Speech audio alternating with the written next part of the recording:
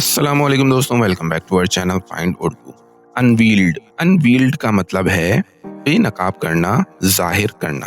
Unveiled का मतलब है किसी छुपी हुई चीज को जाहिर करना या सामने लाना। ये अक्सर नए प्रोडक्ट्स, सीक्रेट्स या प्लान्स को पब्लिक के सामने पेश करने के लिए यूज होता है।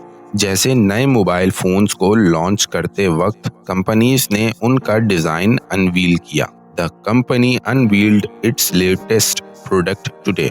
कंपनी ने आज अपना नया प्रोडक्ट बेनकाब किया।